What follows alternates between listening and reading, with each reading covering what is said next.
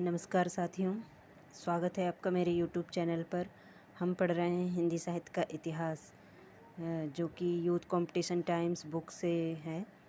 यह बहुत ही महत्वपूर्ण प्रश्न है। आप किसी भी कॉम्पिटिटिव एग्ज़ाम की तैयारी कर रहे हैं, उसके लिए यह प्रश्न बहुत ही महत्वपूर्ण है। तो चलिए शुरू करते हैं। प्रश्न है, भरत मुनि ने अपभ्रंश को नाम दिया। तो इसका आंसर है ऑप्शन सी, देश भाषा। भरत मुनि दूसरी और तीसरी शताब्दी के कवि थे।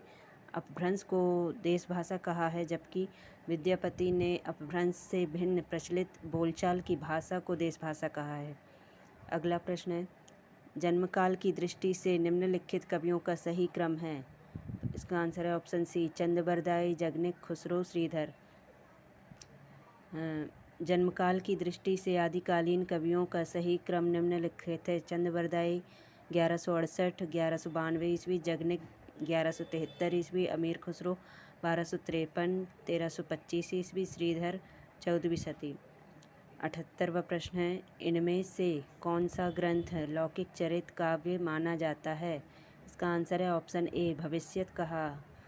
निम्नलिखित ग्रंथों में से लौकिक चरित काव्य धनपाल कृत भविष्यत कहा को माना जाता है, जबकि योगसार परमात्म प्रकाश के लेखक जोइंदू हैं और पाहुण दोहा के लेखक रामसे हैं। अगला प्रश्न है, नाथ संप्रदाय के प्रवर्तक इनमें से कौन हैं। तो इसका आंसर है ऑप्शन ए, गोरखनाथ। नाथ संप्रदाय के प्रवर्तक गोरखनाथ हैं। नाथ संप्रदाय के आराध्य शिव हैं। यह हठ योग की साधना पद्धति पर आधारित है। कुछ विद्वान नाथ संप्रदाय का संस्थापक मत्स्येंद्र नाथ को मानते हैं। नाथ पंथ बौद्धों की वज्रयान शाखा से निकला हुआ माना जाता है। नाथों की संख्या 9 मानी गई है। गोरक्ष सिद्धांत संग्रह में नवनाथों के निम्नलिखित नाम गिनाए गए हैं। पहला है नागार्जुन, दूसरा है जड़भरत, तीसरा है हरिश्चंद्र और चौथा सत्यनाथ, पांचवा भीमनाथ और छठवां गोरक्षनाथ, सातवां चरपट, आठवां जालंधर और नौवां मलयार्जुन। अगला प्रश्न है, महापुराण के रचनाकार कौन हैं। तो इसका आंसर है ऑप्शन बी, पुष्यदंत। महापुराण आदिकालीन ग्रंथ है। इसके रचनाकार पुष्यदंत हैं।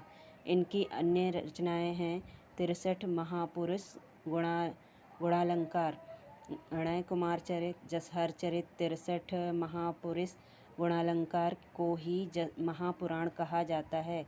महापुराण में 63 महापुरुषों का जीवन चरित्र वर्णित है। पुष्यदंत को हिंदी का भवभूति कहा जाता है।